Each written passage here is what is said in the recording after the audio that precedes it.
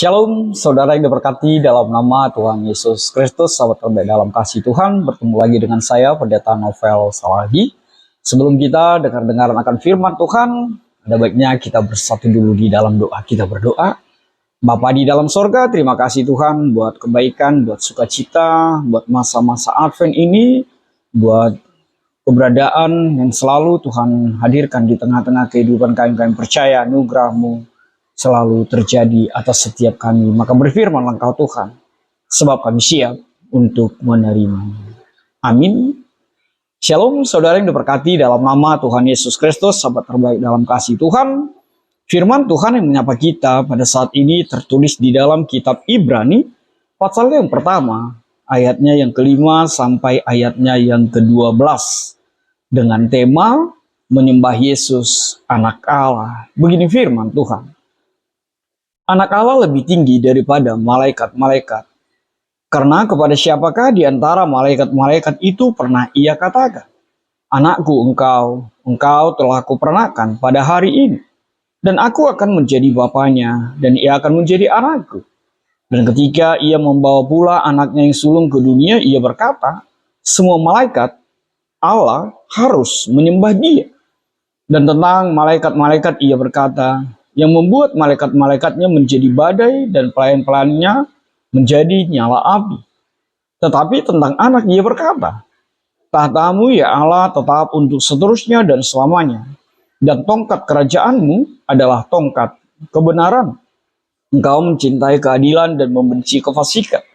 Sebab itu Allahmu telah mengurapi engkau dengan minyak sebagai tanda kesukaan, melebihi teman-teman sekutumu. Dan pada mulanya ya Tuhan, engkau telah meletakkan dasar bumi, dan langit adalah buatan tanganmu. Semuanya itu akan binasa, tetapi engkau tetap ada, dan semuanya itu akan menjadi usang seperti pakaian. Seperti jubah akan engkau gulungkan mereka, dan seperti persalinan mereka akan diubah. Tetapi engkau tetap sama, dan tahun-tahunmu tidak berkesudahan." Demikian firman Tuhan. Saudara yang diberkati dalam nama Tuhan Yesus Kristus, mungkin hal ini juga sering atau pernah mampir di dalam kehidupan kita, di mana ada pemahaman, ada pemikiran bahwa malaikat itu lebih tinggi, lebih hebat dari Yesus, Tuhan kita. Dan mungkin juga sering menjadi bagian kehidupan kita. Kita merasa bahwa kekuatan dunia ini yang terlihat hebat, terlihat berkuasa, lebih hebat dari Tuhan Yesus kita. Saudaraku, sahabat terbaik dalam kasih Tuhan, dipastikan itu adalah teologi, itu adalah pemahaman yang salah di dalam perjalanan keimanan setiap kita. Saudaraku, di dalam kasih Tuhan Yesus Kristus, surat ini dituliskan kemungkinan sekitar tahun 60 hingga 70 Masehi. Dan sebelum penghancuran bait Allah di tahun 70 Masehi. Tapi benar tidak secara nyata, secara gamblang dikatakan siapa yang menjadi penulisnya. Walaupun ada beberapa yang mengkaitkannya dengan Paulus. Namun ada juga yang mengatakan Barnabas, Apolos, atau juga Priscilla. Tapi satu hal yang pasti, nats ini dituliskan kepada komunitas Kristen Yahudi yang sedang menghadapi tekanan berat untuk kembali ke Judaisme. Penulis ingin menguatkan mereka agar mereka tetap setia kepada Tuhan Yesus. Dan bagaimana nats ini menunjukkan kehebatan, kelebihan, kemahakuasaan, keunggulan Tuhan Yesus itu dibandingkan atas segala sesuatu yang telah dilukiskan di dalam kitab Perjanjian Lama.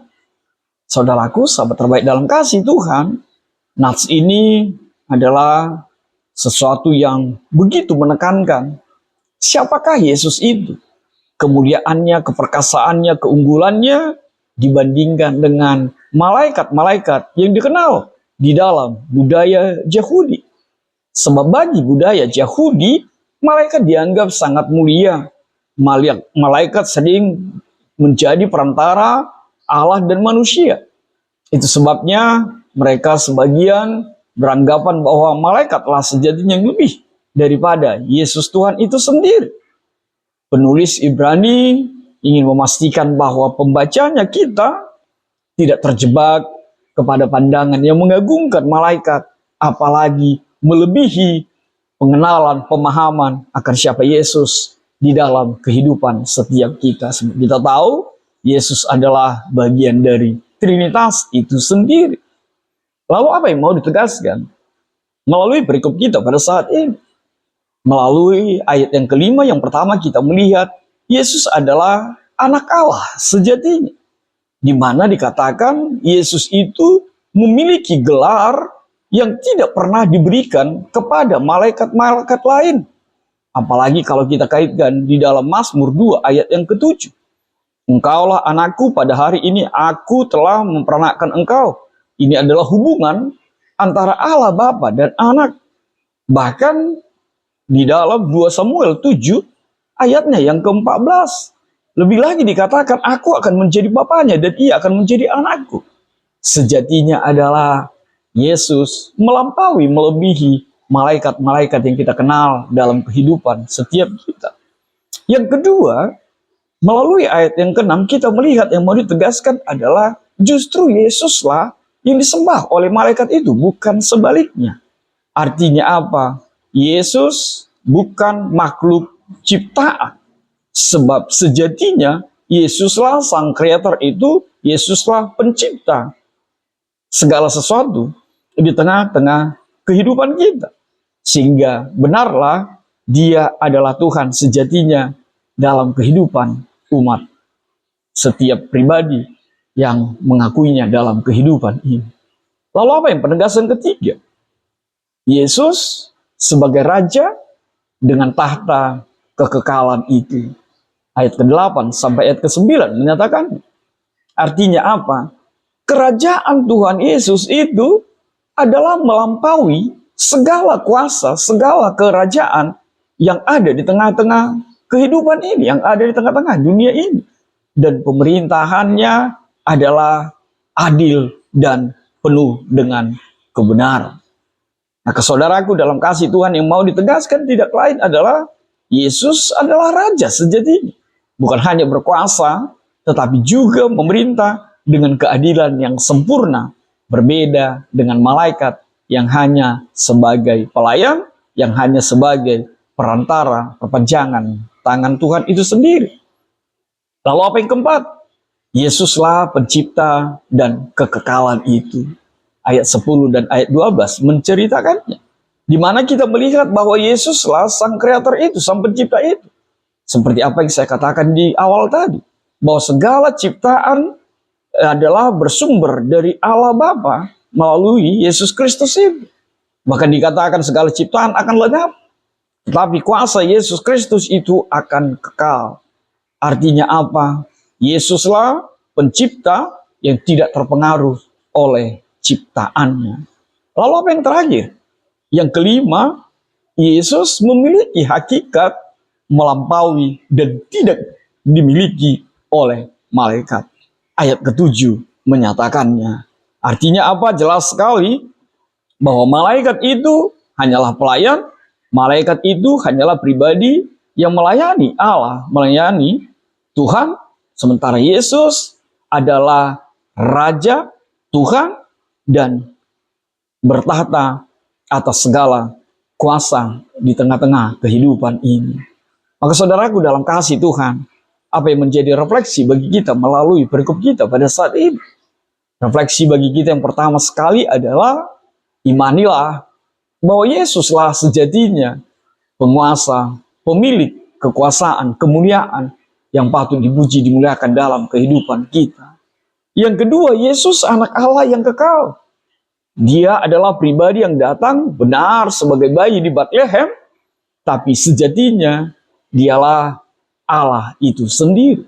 Lalu apa yang berikut? Yang ketiga, hadirkanlah penyembahan yang benar kepada Tuhan Yesus. Benar, banyak hal-hal di tengah-tengah kehidupan kita yang memiliki kuasa. Tapi sekali lagi, yang disembah itu adalah Yesus Tuhan di dalam kehidupan kita. Maka jangan sampai di Natal itu menjadi sesuatu yang mengalihkan, yang menggeser peranan kedudukan Yesus. lalu digantikan oleh hal lain di dalam kehidupan kita. Lalu apa yang keempat? Yesuslah Raja yang memerintah dengan adil. Saudaraku dalam kasih Tuhan, sejatinya inilah Raja, inilah Tuhan, penguasa yang kita nantikan di tengah-tengah kehidupan kita. Ketika kita mengalami ketidakadilan, keterseokan, terhempas di tengah-tengah kehidupan ini, di Natal ini, kita diberkati bahwa Yesus yang menjadi Raja buat setiap kita akan memerintah dengan adil dan kebenaran yang bersumber daripadanya saja. Lalu apa refleksi yang kelima? Yesus itu hadir sebagai terang dunia.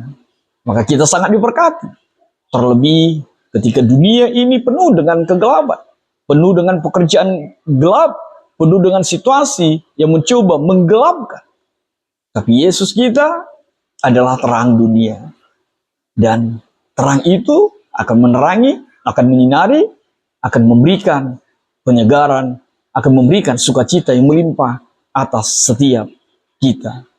Lalu apa yang terakhir yang bisa kita dapatkan melalui refleksi kita pada saat ini? Yesus adalah pribadi membawa damai dan sukacita melalui Natal.